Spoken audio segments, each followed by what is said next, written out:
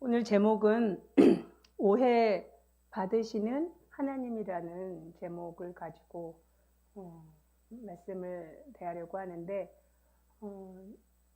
이 오늘 본문은 요 두 가지로 디모데전서랑 신명기랑 해놨지만 실제로는 굉장히 말씀이 좀 많아요. 그래서 오늘 이 오해 받으시는 하나님, 제목이 쉽잖아요. 그렇죠? 우리가 뭔가를 오해하고 있구나, 뭐 이런 거죠. 그러면 오해를 풀려면 어떻게 해요? 말씀을 찾아가면서 어떤 것들이 오해되고 있는지를 한번 이렇게 봐야 돼서 말씀이 좀 많아요. 그래서 마음의 각오를 딱 하시고 오늘 말씀을 많이 읽겠구나 이렇게 딱 생각을 하시고 보시면 대하시면 좋겠습니다. 예, 다음 슬라이드 넘겨주시면, 예, 첫 번째하고 두 번째 오해가 있는데, 이제 첫 번째 오해는 이거는 뭐 말씀이 아니니까 합독하진 않겠어요. 제가 그냥 혼자 읽겠습니다. 하나님은 구원받을 자를 예정하셨다. 그죠? 두 번, 그리고 같은 말인데, 하나님은 태초부터 구원받을 자를 정하시고 그들은 반드시 구원받는다. 이 말은 그러니까 맞기도 하고 틀리기도 한 말이에요. 우리는 오랫동안 이렇게 그냥 어떤 사람들에 대해서 이미 예정돼 있다. 이제 그런 얘기들을 많이 듣고 자라왔어요. 처음에 신앙 가질 때부터 지금까지.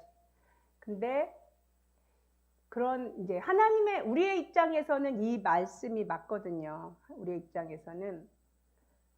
근데 우리는 어떤 사람이 구원을 받을 예정에 있는지 없는지 알 도리가 없어요. 하나님만 아시는 거죠. 근데 하나님의 관점에서 제가 최근에 하나님에 대해서 알게 된 영역이 있는데, 그건 뭐냐면, 여러분도 어렴풋이 아니면 뚜렷하게 아시는 분도 있겠지만 하나님한테는 시간 개념이 없으시잖아요. 그쵸? 그러니까 하나님의 입장에서 하나님은 시간 개념이 없어요. 처음이고 마지막이시잖아요. 그러니까 처음과 끝. 우리의 인류는 낳고 하면서 또 우리는 우리한테 지금 생에 주어진 요 시기를 살지만 내 인류의 조상에서부터 또 마지막 심판에 이르기까지 수많은 인류의 그 시간들이 있는데, 그 모든 시간의 흔적들을 하나님은 그냥 이렇게 동시에 보고 계시는 거잖아요. 동시에. 그러니까 하나님 입장에서는 다 아시는 거죠. 그러니까 하나님의 입장에서 보는 거예요. 전에 마치 어떤 이렇게 뭐 시간을 어떻게 표현하면 좋을지 모르겠지만 우주도 어마어마하게 크더군요. 제가 과학 이렇게 달 팽창 이런 거 보니까 지금도 끊임없이 우주는 팽창하고 있더라고요. 엄청난 속도로. 그래서 계속 우주는 커지고 있는데, 시간을 뭐라고 표현할 수는 없지만 어떤 이렇게 형태가 있다면 그 형태되는 그 시간을 하나님은 그냥 동시에 보고 계시는 거잖아요. 그러니까 하나님은 다 아시죠. 그러니까 하나님은 다 아시는데, 우리 인간의 입장에서는 어떤 사람이 죽을 때까지 지켜봐야, 그죠? 죽기 직전에도 계속, 오늘도 저는 오랫동안 이제 저희 회사에 스펀지 조각을 해주시는 이제 영민 씨라고 있는데, 그분 아버님이 중풍으로 쓰러지신 지가 조금 됐어요. 한 몇 달? 지난 겨울에 그러셨는데, 지금 위독하시다 그러면서 이제 제가 어떤 일을 부탁을 했는데 좀 위독하십니다 그래요. 그래서 이제 오늘 가서 이제 조금 이제 위독한 건 넘어가셨다고, 일반 병실로 옮기셨다고. 그래서 제가 가서 예수님을 좀 전하면 어떨까요? 막 이렇게 얘기를 해봤는데, 평생 불교도인데요, 이렇게 얘기를 하세요. 그러면서 아들도 원하지 않고 본인도 원하지 않으면 복음을 전할 방법이 없잖아요. 그러면 내가 할 수 있는 일은 기도죠. 기도하는데, 근데 그 사람이 죽을 때 예수님을 안 믿고 죽었어도, 저는 그 지난번에 우리 교회 오셨던 그 에스더 선교사님이 간증 책에 보면 그분은 자살을 하셨죠. 자살하시는데 자살하는 순간에 예수님을 부르면서 죽으셨어요. 간증 책에 보면. 그리고 죽으셔서 지옥에 갔는데 지옥에서 예수님이 나타나셔서 이분을 구원하셨어요. 그리고 이분이 다시 사셨죠. 그리고 목사가 됐고 하나님의 일을 열심히 하는 사역자가 됐어요. 그러니까 그런 거 보면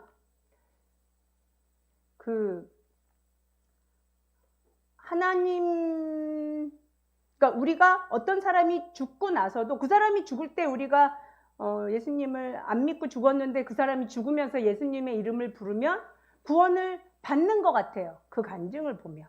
그러니까 확실한 건 하나님의 말씀은 진리잖아요. 누구든지 예수 이름을 부르는 자는 구원을 받는다 그러셨거든요. 누구든지 주의 이름을 부르는 자는 구원을 받는다. 저는 그래서 그 이후로는 정말 복음을 배척하는 사람들한테 문자로 그렇게 보내요. 혹시 어떤 정말 사람이 죽음의 순간에는 왜 이렇게 보인다 그러잖아요. 죽음의 자를 데려가려고 하는 죽음의 영이 보인다고 하는데, 혹시 그런 순간이 오면 예수님의 이름을 부르십시오. 당신이 예수님의 이름을 부르면 당신 구원받고 천국 갈 수 있습니다. 정말 지금은 전혀 일절 생각이 없더라도 이 말을 꼭 기억을 하시라고. 그래서 저는 도저히 전도해도 안 되는 사람한테는 이런 내용의 문자를 길게 한번 보내요. 근데 그 문자를 받고 대부분의 사람들이 그렇게 나쁘게 반응하지 않아요. 그냥 마음에 간직은 하는 것 같아요. 제가 얼마 전에 예수님을 믿지 않은 어떤 분한테도 그런 메시지를 전한 적이 있었는데 그렇게 배척하지 않으시더라고요. 어찌됐건 하나님을 믿는 것, 예수 그리스도를 믿고 구원을 받는 것을 우리 인간의 입장에서는 또 어떤 사람이 구원을 받기로 예정되어 있는지 알 도리가 없다. 그 사람이 서로 안 믿고 죽음에 이르는 걸 우리가 마지막 보았어도 그 다음 일도 우리는 알 수가 없다. 근데 이 부분에서 그러니까 우리가 어떤 분량밖에, 내가 성경에는 그런 얘기가 좀 나오는데 내가 생각해야 될 분량 밖의 것을 억지로 해석하려고 그러면 잘못 해석한다. 이제 그런 말씀이 있어요. 그 다음 말씀 한번 보여주세요. 이 사건인데 이 말씀이니까 이건 한번 같이 읽어볼까요? 시작. 베드로가 이 제자를 보고서 예수께 물었다. 주님, 이 사람은 어떻게 되겠습니까? 예수께서 말씀하셨다. 내가 올 때까지 그가 살아있기를 내가 바란다고 한들 그것이 너와 무슨 상관이 있느냐? 너는 나를 따라라.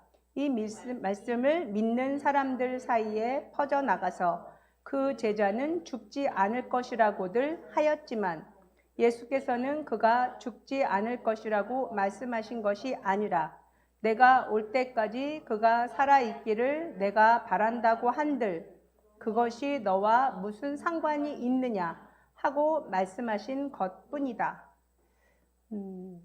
그 베드로가 어떻게 죽게 될 것을, 베드로가 어떻게 죽게 될 것을 예수님이 말씀하셨거든요. 넌 나중에 네가 원하든 원하지 않든 이렇게 띠를 띄우고 뭐 이렇게 죽임을 당할 거다, 뭐 이런 예언을 해주셨는데, 그래서 베드로가 그 말을 듣고 나서 이제 사도 요한이 어떻게 될 것인지 예수님한테 물어봤어요. 그랬더니 예수님이 뭐라 그러세요? 네가 상관할 바 아니다 라고 말씀을 하시거든요. 그러니까 우리가 알기 어려운 영역들이 있어요. 이 예정에 대한 부분들도 우리의 인간의 입장에서는 완전히 알기 어려워요. 근데 말씀을 통해서 확실한 것들을 알 수 있죠. 그 다음 거 보세요. 같이 읽어볼게요. 시작. 그러나 주님의 이름을 부르는 사람은 구원을 얻을 것이다. 이 말씀은 모두 다 외우셨으면 좋겠어요. 그렇죠? 사도행전 2장 21절 말씀인데 주님의 이름을 부르는 사람은 구원을 얻을 것이다. 그리고 이제 그 다음 디모데전서, 디도서 같이 읽어볼게요. 시작. 하나님께서는 모든 사람이 다 구원을 얻고 진리를 알게 되기를 원하십니다. 모든 사람에게 하나님의 구원의 은혜가 나타났습니다. 아멘. 이게 진리의 말씀이세요. 그러니까 하나님은 모든 사람이 구원 얻기를 바라세요. 모든 사람이니까 이 지구상에 태어난 모든 인류가 다 구원받기를 원하세요. 그러니까 구원받기를 원하시는 것이 하나님의 뜻이세요. 근데 우리가 생각하기에 하나님의 뜻은 다 이루어져야 되는 거잖아요. 근데 이 영역에 있어서는 하나님이 이걸 원하시는데 안 되는 거죠. 뭐 때문에 안 돼요? 인간의 선택에 의해서. 이 구원의 초청을, 구원의 부르심을 받고 안 받고는 사람의 자유의지에 달렸어요. 디도서에 있는 말씀에 모든 사람에게 하나님의 구원의 은혜가 나타났다고 말씀하세요. 뭐예요? 예수 그리스도의 십자가 사건이죠. 예수 그리스도께서 십자가에서 피를 흘리시고 모든 인류를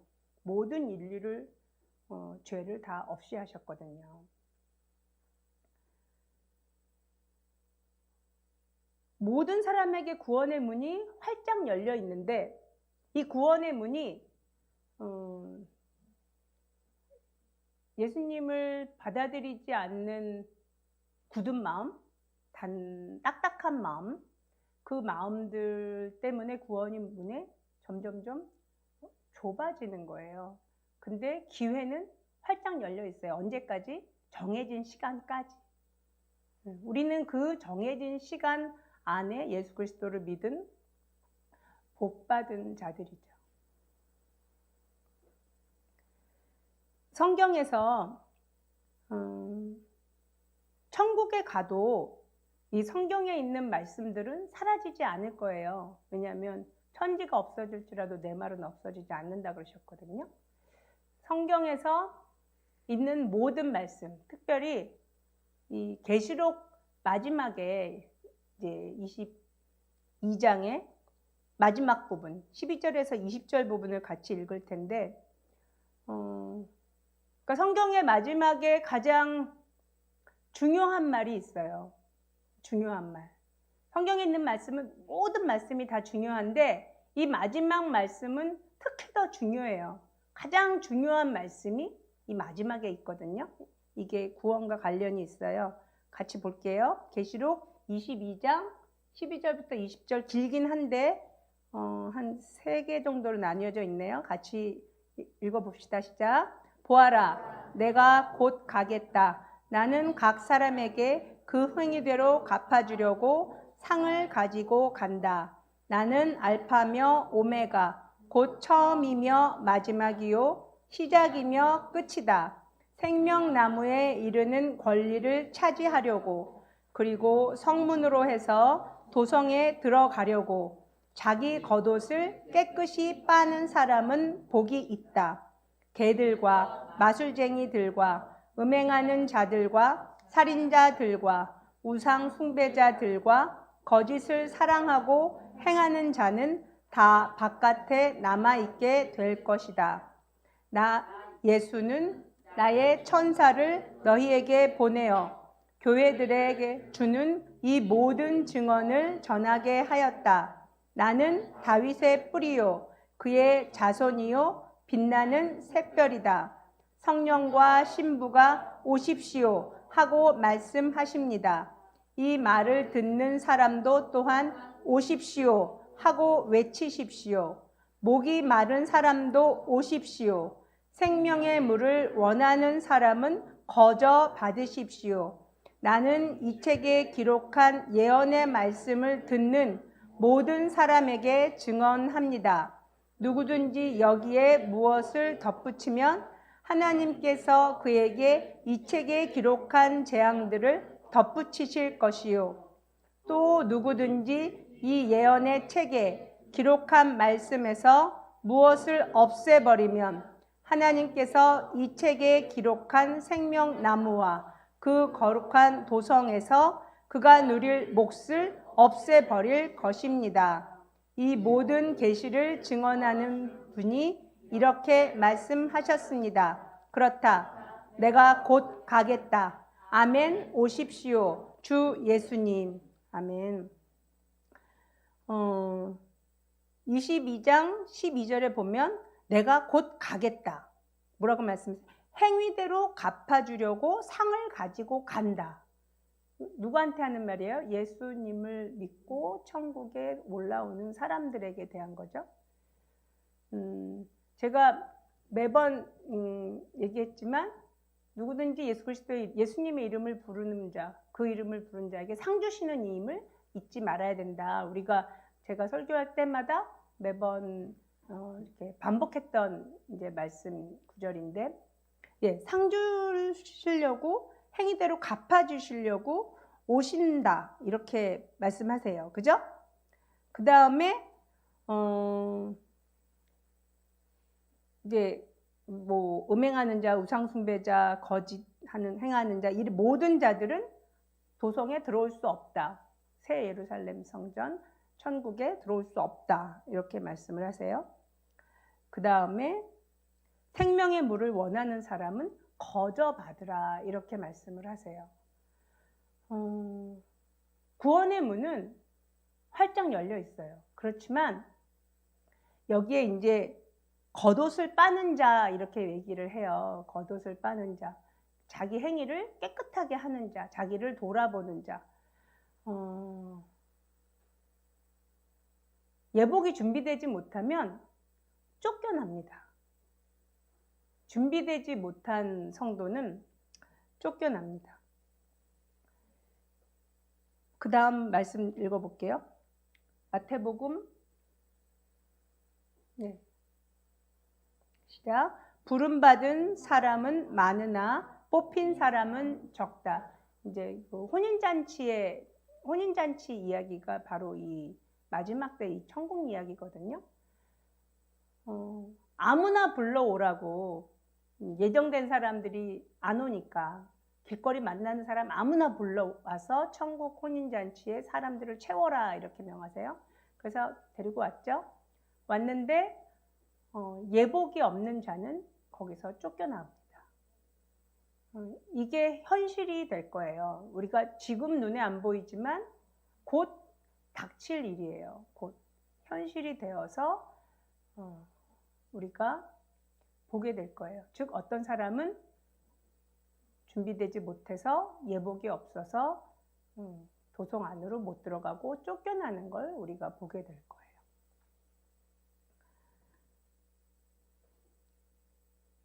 이것이 천국의 법칙이에요. 그러니까 구원의 문은 활짝 열려 있지만 그리고 누가 구원을 받는지는 우리로서는 절대 완전히 알 수 없어요. 뭐만 알 수 있어요? 나 자신만 알 수 있어요. 내가 끝까지 변하지 않고 하나님 앞에 달려나가며 또 거룩한 하나님을 닮아가는 그러한 삶을 살아내고 예수님을 믿는 믿음을 버리지 않고 변하지 않고, 그건 누구만 알아요? 내가 내 자신밖에 모르는 거예요. 다른 사람의 것은 잘 몰라요. 그 사람이 끝까지 어떻게 될지 누가 알겠어요. 그러니까 모르는 영역을 알려고 오해하는 것은 별로 좋지 않죠. 그 다음에 두 번째 오해, 다음 거 넘겨주시면, 두 번째 오해는 뭐냐면 하나님은 사람이 죄를 지으면 고난으로 벌을 주신다. 이거는 성경에 있는 얘기는 아닌데 성경에 약간 있기도 해요. 이런 뉘앙스의 내용들이 있는데 그냥 일반적으로 사람들이 많이 이렇게 특히 우리 그 전통 사상 속에서 이 생각이 저절로 있어요. 그냥 죄 지면 벌 받지. 죄 지면 벌 받지. 이게 조상 때부터 우리 지금 이 시간 이 시점까지 우리의 피 속에 흘러요. 죄 지면 벌 받지. 저는 이런 이야기를 정말 많이 듣고 살았어요. 뭐 할머니, 지나가는 할아버지, 또 상인들, 뭐 죄 짓지 말아야지. 뭐 하여튼 뭐 때문에 그래? 내가 죄 지으면 내 자손이 안 좋을 거야. 뭐 우리 아버지도 그런 말씀하시더라고요. 하여튼 죄 지면 벌 받지. 이건 그냥 가지고 있는 하나님에 대한 그냥 선입견이에요. 이 생각이 우리한테 있거든요. 근데 들어보면 별로 나쁘진 않은 것 같아요. 이게 맞는 것 같단 말이에요. 그죠? 인간 뭐 어떤 죄를 지으면 그것 때문에 내가 고난을 받아. 이렇게 이제 이해를 한단 말이에요. 근데 이게 뭐냐면 하나님께서는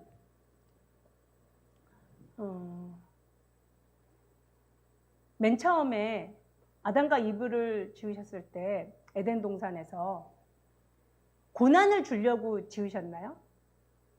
아니죠.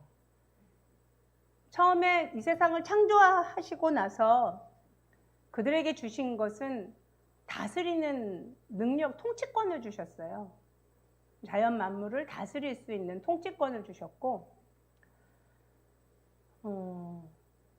네가 열심히 일해야만 먹고 산다라고 얘기한 거는 언제 이후에요? 죄 짓고 난 이후에.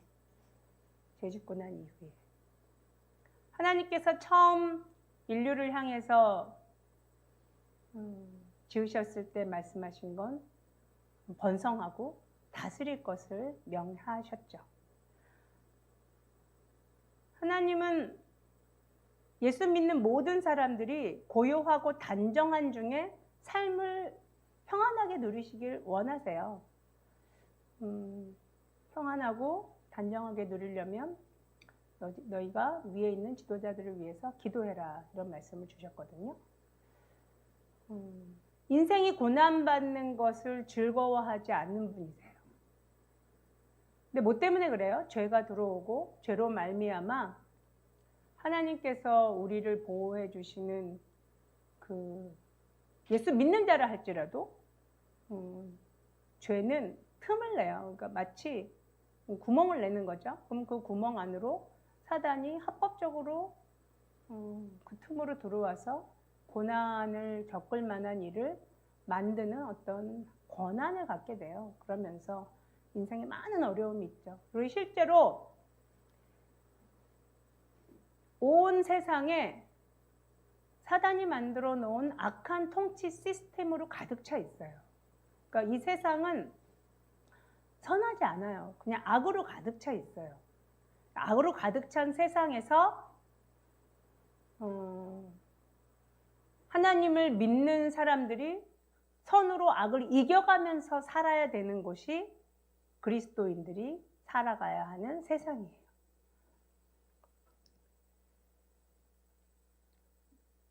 신명기 11장 26절에서 27절 말씀 볼게요. 하나님께서 주신 명령이죠. 시작. 내가 오늘 복과 저주를 너희 앞에 두나니 너희가 만일 내가 오늘 너희에게 명하는 너희의 하나님 여호와의 명령을 들으면 복이 될 것이요. 아멘. 되게 이제 긴 말씀을 그 부분만 뽑았는데 신명기 11장은 여러분이 이렇게 암기하셔도 그냥 신명기 11장 그거 자체를 암기하시는 것도 굉장히 좋아요. 뭐예요? 그러니까 하나님의 아주 그 복과 저주에 대한 하나님의 분명한 명령이 아주 상세하게 기록된 장이 신명기 11장이거든요. 이 신명기 11장에 하나님께서 복과 저주를 두셨고 이제 너희 보고 선택해라. 이제 이렇게 말씀을 하세요. 그러면은 복을 선택하면 복을 받을 것이고 저주가 되는 일을 선택하면 저주를 받게 되고 실제로 이스라엘 백성들이 저주를 선택하죠. 우상 숭배를 선택해요. 예레미야 6장 19절 말씀 한번 같이 읽어볼게요. 땅 아시자. 땅아 너도 들어라. 내가 지금 이 백성에게 재앙을 내린다. 그들이 이처럼 사악한 생각을 하였으니 이것은 그들이 받아 마땅한 벌이다. 그들이 나의 말을 귀담아 듣지 않으며 나의 율법도 무시하였기 때문이다. 예. 저주를 택하기 때문에 하나님의 말씀도 듣지 않고 또 무시하였기 때문에 재앙이 그 땅에 임하죠. 그리고 이제 망하죠, 이스라엘은. 즉, 선택은 누가 하는 거예요? 그렇죠, 내가 하는 거예요, 내가. 근데 이 선택이요, 그냥 역사 속에서 이스라엘 역사 속에서 있는 게 아니라 우리는 아침에 눈 뜨면 잘 때까지 계속 선택을 해요. 굉장히 많은 것들을 선택해요. 내 마음대로 선택하면 망하기 쉬워요. 그러니까 아침에 일어나면 하나님께서 오늘 나를 살게 하신 하나님의 뜻이 무엇인지 물어봐야 돼요. 기도하고 말씀 보고. 저는 오늘 아침에 굉장히 신기한 체험을 하나 했어요. 그게 뭐냐면 기도를 했죠. 저는 아침에 일어나면 정말 제가 아주 전에 몇 번이나 그런 설교 가운데 그런 얘기를 했지만 정말 감사한 게 아침에 눈이 쉽게 잘 떠진다는 것. 이게 기적 중에 기적이에요. 쉽게 눈이 잘 떠지고 또 쉽게 눈이 한 6시 정도에는 늘 떠지는데 요새는 강아지들이 문을 박박 긁어요. 나 맛있는 거 달라 이러면서 낑낑거리는 게 아니라 아주 이렇게 막 이렇게 긁기 때문에 그 긁는 소리 때문에도 일어나요. 근데 시간을 칼같이 맞춰요. 거의 6시 정도면 되면 항상 긁더라고요. 근데 일어나서 제 방에 가서 이렇게 기도하고 말씀을 보게 되는데 기도하면서 그 젖붙임 받는 나무, 우리는 젖붙임 받은 나무잖아요. 그렇죠? 원래는 유대인의 입장에서는 우리는 철저한 이방인이었잖아요. 근데 예수 그리스도를 믿음으로 말미암아 하나님의 자녀가 되는 택함을 받았죠. 그 택함 속에서 우리는 덧붙임을 받았어요. 그러면은 우리의 진액은 어디서 먹어야 돼요? 예수 그리스도. 예수 그리스도로부터 진액을 쭉쭉 마셔야 돼요. 이거를 아침마다 해야 돼요. 그러니까 눈 뜨면 하나님 말씀을 먹고 기도하는 걸 밥 먹는 것처럼 해야 돼요. 그래야 우리의 영혼이 살아요. 근데 그런 이제 그 말씀을 쭉쭉 먹는 그런 이제 느낌이 들더라고요. 기도하고 말씀을 보면서 이게 말씀을 먹는다는 게 뭔지 갑자기 알겠는 거예요. 물론 설교 준비를 해야 되기 때문에 어제 그제부터 이렇게 계속 이제 깨어서 기도하기는 했지만 오늘 아침에 특별히 말씀에 대해서 주님 이게 먹는 거구나, 이게 진액이구나, 이게 진짜 내 영혼의 진액이구나, 이걸 좀 알겠더라고요. 근데 갑자기 어떤 것들이 생각이 났냐면 식물 중에 여러분 공중에 이렇게 뿌리 내리는 식물 봤어요? 식물이 자라다가 어떤 식물은요 공중으로 이렇게 막 뿌리가 생겨요. 그러면 원래 이렇게 똑 잘라가지고 다시 화분에 심으면 또 이렇게 나잖아요. 근데 내가 예를 들어서 성경 말씀대로 포도나무에 젖붙임 받은 이제 포도나무예요. 근데 포도나무는 원래 가지도 안 이제 공중 뿌리도 안 나오지만 내가 포도나무로 이렇게 원액에서 원 뿌리에서 예수 그리스도로부터 말씀을 잘 먹고 있는데 내가 공중에 막 뿌리를 내. 그래가지고 공중에 있는 양분을 막 흡수해. 그러면 어떻게 돼요? 섞이는 거죠. 그러니까 공중에 뿌리 내서 먹는 게 세상의 영을 섭취하는 거예요. 세상의 영. 그게 보이더라고요. 선택을 우리가 하잖아요. 그죠? 선택을 우리가 하는데 내가 예수 그리스도의 말씀대로 살고 말씀에 입각해서 하나님이 주시는 선한 양심으로 선택을 할지, 아니면 세상의 영, 사단이 만들어 놓은 세상의 통치의 조직, 어떤 조직사회, 아니면 사회적으로 이렇게 묵인되는 어떤 행위들, 그런 걸 내가 섭취하면 공중에 뿌리 내려서 공중에서 먹는 거랑 비슷하게 돼요. 만약에 비유를 들자면.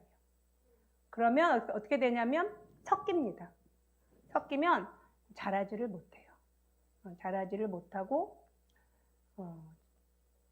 한쪽에서 영이 병들어요. 영이 병들고, 그냥 병들 뿐만 아니라 자기가 병든 걸 이제 인식하지 못하는 단계까지도 갈 수 있어요. 그러다 나중에 세상의 영으로 가득 채워지면 구원받기 힘들죠. 이 세상에 죄가 들어온 이후에 아주 악한 시스템이 지구상에 있고, 저는 개인적으로 은행이 참 악한 시스템이라고 생각이 들어요. 너무 이자가 높아요.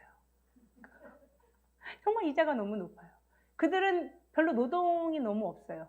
우리는 예를 들어서 다른 거는 뭐 제조업이건 뭐 농사건 어떤 이렇게 수고를 해서 뭘 얻잖아요. 아니면 서비스 산업도 뭔가 서비스를 제공하고 먹잖아요. 근데 이 금융은 물론 일하는 받는 월급 이제 사람 받고 일하는 직원들이 있지만, 이 은행을 소유한 사람들은 어마어마한 불로소득이에요. 시작할 때 돈만 많으면 돼. 그러니까 은행이라는 이 시스템이 정말 엄청난, 정말 악한 시스템이라고 점점점 생각이 많이 들어요. 물론 빚을 많이 져서 그럴 수도 있긴 하겠지만 진짜 악한 시스템이에요.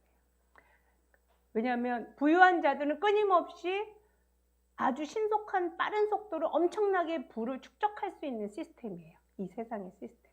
돈이 돈을 번다 그러잖아요. 그게 안 좋은 거예요. 이 성경 말씀들을 보면 그렇게 되지 않게 돼 있어요. 성경에서는 이스라엘 백성들을 왜 7년이면은 땅도 쉬게 해주고, 그 다음에 노예도 다시 자유인이 되게 만들고, 그게 부를 끊임없이 축적할 수 없게 만들었거든요. 근데 지금 이 세상은 절대 그렇지 않죠. 이스라엘 백성들 마지막 때, 여러분이 우리 역대상하 끝난 지 얼마 안 됐지만 보면 그 이스라엘의 그 리더들이 당연히 율법을 지키지도 않았지만 자신의 그 동족들을 나중에는 돈을 못 갚으니까 다 노예로 삼잖아요. 노예로 삼았어요. 그 부유한 리더들이. 그리고 이제 느헤미야가 그러면 안 된다고 막 다시 회복시켜줘도 느헤미야가 없으면 다시 또 원상태로 돌아갔어요.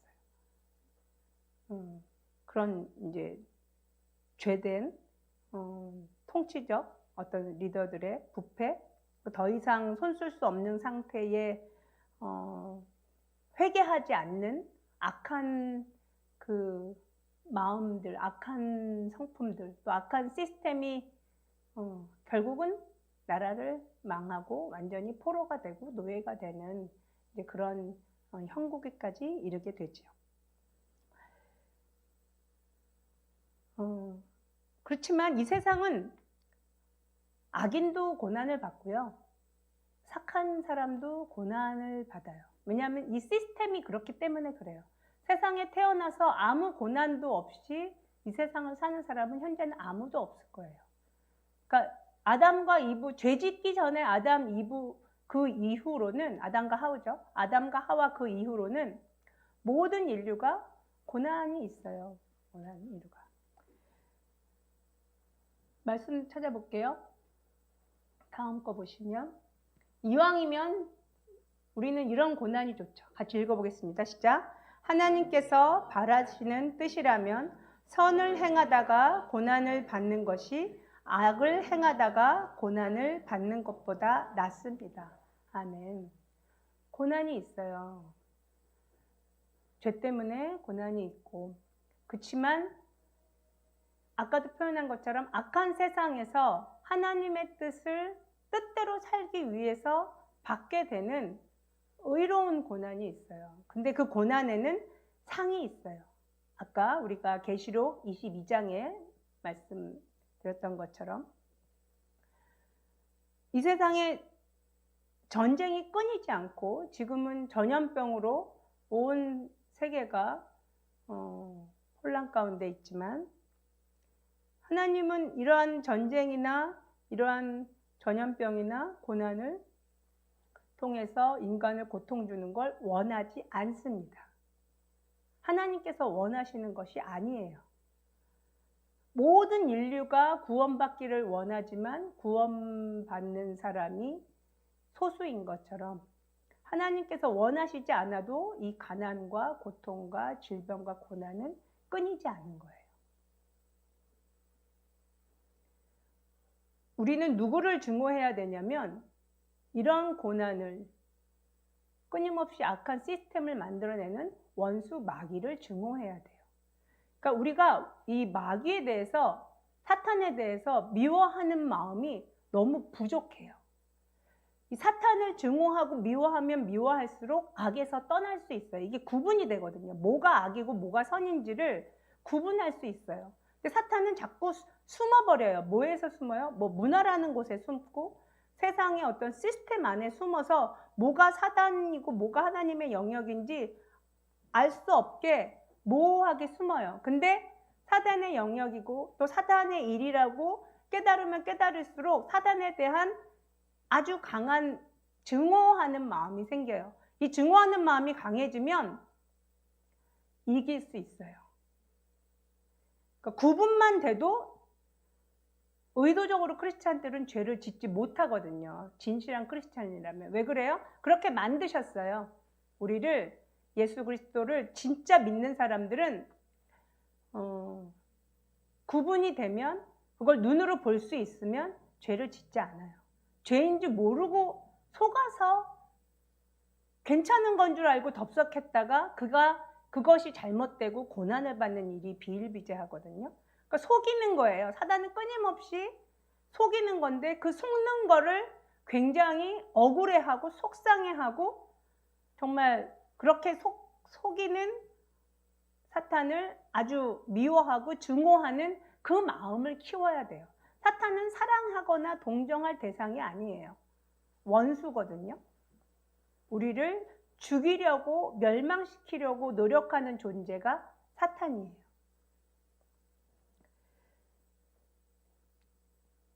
하나님께서 단호하게 말씀하시거든요. 선을 행하다 고난을 받는 것이 악을 행하다가 고난받는 것보다 낫다, 이렇게 말씀하세요. 그리고 아까 같이 본 대로 선을 행하다가 고난을 당하면 상급이 있어요. 얼마나 좋아요? 어떤 상급인지 모르겠으나 어마어마한 상급이 있을 것이라고 봐요.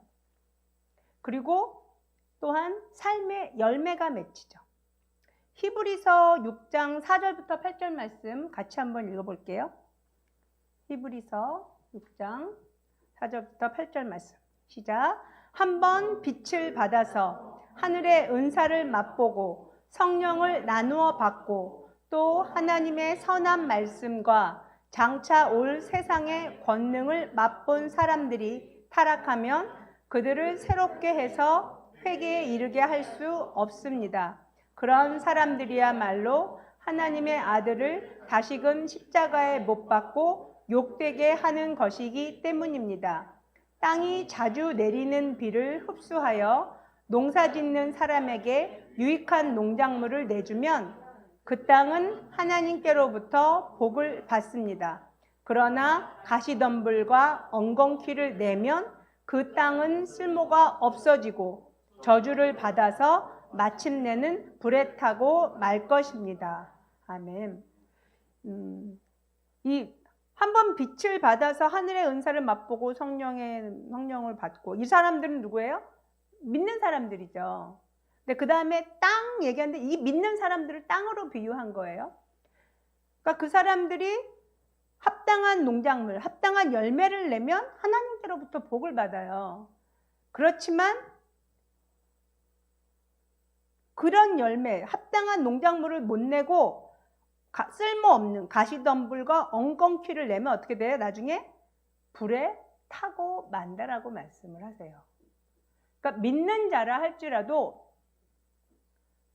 아까 얘기했던 공중에다 뿌리를 내가지고 세상의 영을 쭉쭉 마시면서 세상에 취해서 살면 구원받지 못합니다. 처음에는 예수 안에서 시작했는데 종말은 예수 밖으로 끝나는 거예요. 굉장히 무섭고 두려운 일이거든요. 이 성도의 삶의 열매는 뭐겠어요? 이거예요. 이 에베소서 4장 11절에서 13절 말씀이거든요. 예수 그리스도의 장성한 분량에 이르는 성화예요. 우리 자신의. 그러니까 이 성화에 관련된 부분은 아까 구원이 구원은 나 자신만 안다 그랬죠. 나 자신만 알아요. 내가 지금 구원을 받는지 안 받는지 나 자신만 아는데 이 성화도 나 자신하고 하나님하고밖에 몰라요. 주변에서 짐작은 할 수 있겠지만 근본적으로는 하나님하고 나하고 단 둘 1대1의 대면 관계에서의 문제예요.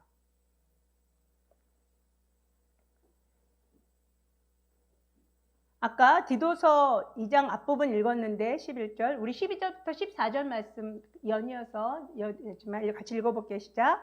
그 은혜는 우리를 교육하여 경건하지 않음과 속된 정욕을 버리고 지금 이 세상에서 신중하고 의롭고 경건하게 살게 합니다. 그래서 우리는 복된 소망, 곧 위대하신 하나님과 우리 구주 예수 그리스도의 영광이 나타나기를 고대합니다. 그리스도께서는 우리를 위하여 자기 몸을 내주셨습니다. 그것은 우리를 모든 불법에서 건져내시고 깨끗하게 하셔서 선한 일에 열심을 내는 백성으로 삼으시려는 것입니다. 아멘. 성화에 대한 말씀이거든요. 그 다음 야고보서 1장 26절도 같이 읽어볼게요. 시작. 누가 스스로 경건하다고 생각하면서도 혀를 다스리지 않고 자기 마음을 속이면 이 사람의 신앙은 헛된 것입니다. 이 성화의 방법이 나오는데 아까 디도서 부분을 다시 보면 은혜로 우리를 교육하고, 은혜는 뭐예요? 거저받는 거죠. 하나님의 은혜로 말미암아 우리를 교육하고, 두 번째는 경건하지 않는 것과 속된 정욕을 버린다라고 말씀을 하세요. 세 번째는 이 세상에서 신중하고 의롭고 경건하게 살아야 된대요. 그 다음에 네 번째는 방금 읽은 야고보서 1장 26절 말씀인데 혀를 다스리는 삶을 살아야 돼요. 다른 구절에서 다른 걸 뽑을 수도 있을 거예요. 근데 이렇게 대략적으로 통괄해서 말씀해 주시는 아주 이렇게 구체적인 말씀이에요. 우리가 하나님의 은혜로 말미암아 하나님의 은혜로 말미암아 죄 없이 의인이라고 칭함을 받잖아요. 여기서 아주 중요한 전제 조건이 있는데 우리 모두는 다 용서받은 죄인들이거든요. 지금은 의인이지만 과거에 예수 그리스도를 알기 전에는 모두 죄인이잖아요. 그죠? 그러니까 겸손해야 돼요. 이게 굉장히 중요해요. 그러니까 예수 그리스도를 깊이 알면 알수록 점점 더 겸손해져야 돼요. 근데 그 겸손이 하나님이 알아주는 겸손이어야 되는 거죠. 사람이 아니라. 우리 자신이 얼마나 이 말씀에 부합되고 있는지를 우리가 점검을 해야 돼요. 내가 하나님의 말씀으로만 진액을 먹고 있는지 아니면 내가 공중에 뿌리 내가지고 세상에 있는 것들을 흡수하는 자는 아닌지 그걸 늘 점검해야 돼요.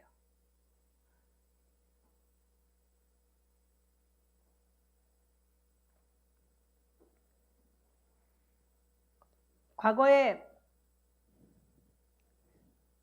제가 처음 간사 임명을 받았을 때 하나님께서 말씀을 주셨어요. 그때 처음으로 분명하게 들은 어떤 감동이었는데 그게 뭐냐면 내 안에서 내가 죽어야 된다. 그 말이 무슨 메아리처럼 둥둥둥둥 이렇게 막 북을 치듯이 메아리쳐 울리더라고요. 그래서 그때는 저 스스로도 나는 교만하다. 자타가 인정하는 교만한 자였기 때문에 그게 늘 저의 숙제였고 교만을 죽여야 된다고 생각했기 때문에 그 말씀을 받을 때도 매우 합당하다 이렇게 생각하면서 이제 간사 임명을 받았었는데 요 며칠 전에 정현 지사님을 만났잖아요. 정현 지사님 만났는데 저는 사람하고 대화하면서 잘 잊어버려요. 이렇게 그러니까 들을 땐 굉장히 열심히 듣고 감동도 되는데 이 메모리가 좀 적은지 잘 잊어버리는데 이거는 기억이 너무나 분명하게 나요. 정현 지사님이 이게 무슨 얘기를 하다가 나는 이제부터는 고지고대로 말하기로 했어. 뭐 이런 말씀을 하세요. 그러더니 하나님께서 죽으래요. 그렇게 말씀하시는 거죠. 제가 너무 살았다고. 당신 죽어야 됩니다. 이 말씀을 저한테 대놓고 말씀을 하셨어요. 근데 저는 맞습니다. 제가 머릿속에 예전에 이 간사 임명 때 받았던 그 말을 지금 또 듣는구나. 아, 부족한 게 여전히 많이 부족하구나. 뭐가 또 살아있어가지고 이 말을 내가 또 듣는구나. 이제 이렇게 알게 됐는데 내 안에서 미움, 다툼, 시기, 질투, 속상함, 분노, 경쟁의식 이 모든 것들이 스물스물 올라오면 내가 아직 살아서 그래요. 내가 살아있어서 그런 마음이 드는 거거든요. 내가 죽어 있으면 그런 마음 자체가 올라오지를 않아요. 이 성화의 열매는 그 영역들이 죽어야만 열매가 맺히는 거예요. 그러니까 내가 예를 들어서 어떤 영역이 내 것이 70%면 나머지 30%가 하나님의 것 그게 아니고요. 70%가 완전히 싹 죽어서 0이 돼야 하나님의 것이 이렇게 생기는 거예요.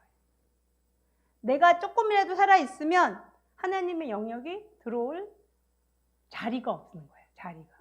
저는 과거에 그렇게 생각하지 않았어요. 과거에는 그냥 우리가 가지고 있는 영역이 되게 많잖아요. 뭐 여러 가지.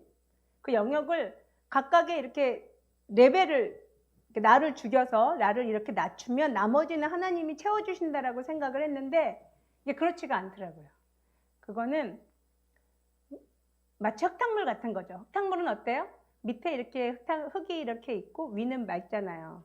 그러다가 누가 한번 흔들어주면 미꾸라지가 한번 들어와주면 엉망진창이 되죠. 다시 흙탕물이 다 올라오잖아요. 안 된 거거든요. 안 죽은 거거든요. 죽으려면 어떻게 돼요? 아예 흙이 없어야 되는 거죠. 흙이 없어야 그냥 맑은 물이 있는 거죠. 그래서 성경 말씀이 죽으면 살리라 이렇게 말씀하시나 봐요. 하나를 미라를 죽어야 생명을 얻는다 이렇게 말씀하시나 봐요. 굉장히 역설적인 진리예요. 죽어야 산다라는 것은.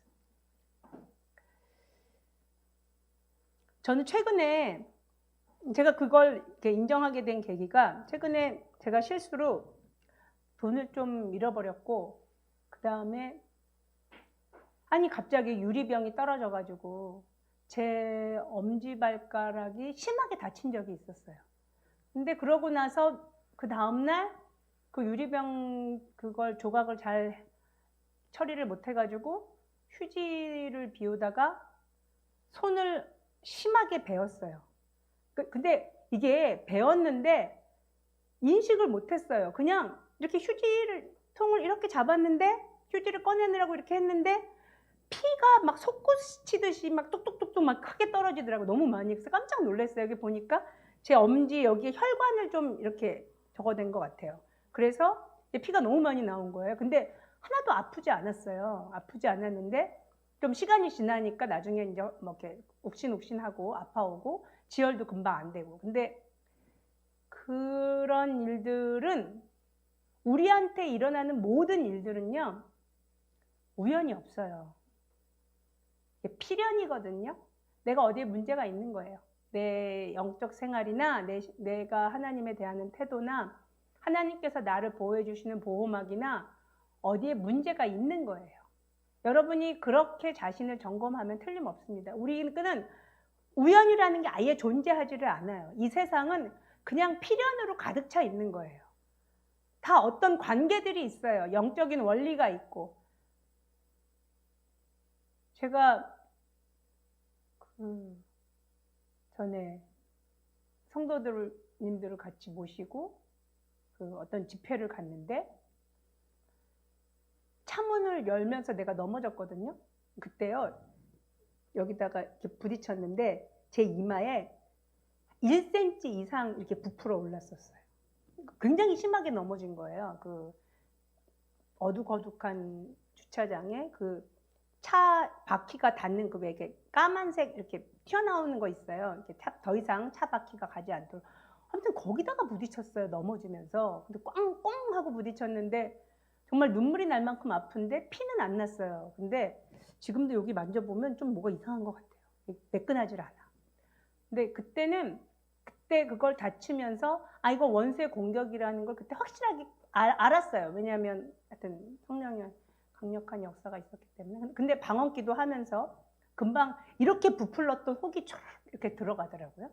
그것도 이제 어쨌든 뭔가 문제가 있어요. 어떤 일들이 계속 발생했을 때 여러분이 그걸 그냥 간과하시면 안 됩니다. 우리의 삶을 늘 점검해야 돼요. 참새 한 마리도 그냥 떨어지는 법이 없잖아요. 고린도전서 2장 11절 말씀 같이 읽어볼게요. 고린도전서 시작. 사람 속에 있는 그 사람의 영이 아니고서야 누가 그 사람의 생각을 알 수 있겠습니까? 이와 같이 하나님의 영이 아니고서는 아무도 하나님의 생각을 깨닫지 못합니다. 아멘. 모든 일은 정말 그 앞에 잠언 말씀을 안 읽었군요. 잠언 말씀 다시 봅시다. 그 앞에 요거 읽을게요. 시작. 주권자에게 은혜를 구하는 자가 많으나 사람의 일의 작정은 여호와께로 말미암느니라. 제비는 사람이 뽑으나 모든 일을 작정하기는 여호와께 있느니라. 아멘. 그리고 고린도전서 방금 2장 11절 읽으셨고 야고보서 1장 5절 읽을게요. 시작. 여러분 가운데 누구든지 지혜가 부족하거든 모든 사람에게 아낌없이 주시고 나무라지 않으시는 하나님께 구하십시오. 그리하면 받을 것입니다. 아멘.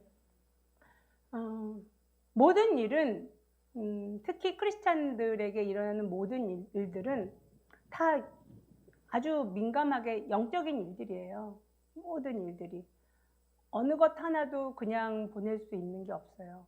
뭐 돈에 관한 것, 뭐 인간관계에 관한 것, 또 병, 우리에게 관계된 모든 일들을 하나님은 머리카락까지도 세신 분이 우리의 모든 것을 얼마나 세세하게 깊이 관여하고 알고 계시겠어요. 우리의 모든 영역을 아주 깊이 관심이 지대하세요. 아주 우리의 모든 것들에 대해서 하나님의 방법으로 이끌어 주시고 하나님의 보호막으로 보호해 주기를 원하시고 가장 최고의 방법으로 최고의 삶을 하나님의 방식으로 살기를 원하세요. 우리가 늘 속고 깨닫지 못하고 원수에게 당하는 삶을 하나님은 결단코 원치 않으세요. 우리가 지혜가 부족하면 하나님께 구하라 그러셨거든요. 그러면 주님께서 주신다고 말씀을 하셨어요. 이 말씀을 믿습니까? 아멘. 이 시간 같이 기도할 때 하나님의 지혜를 구할게요.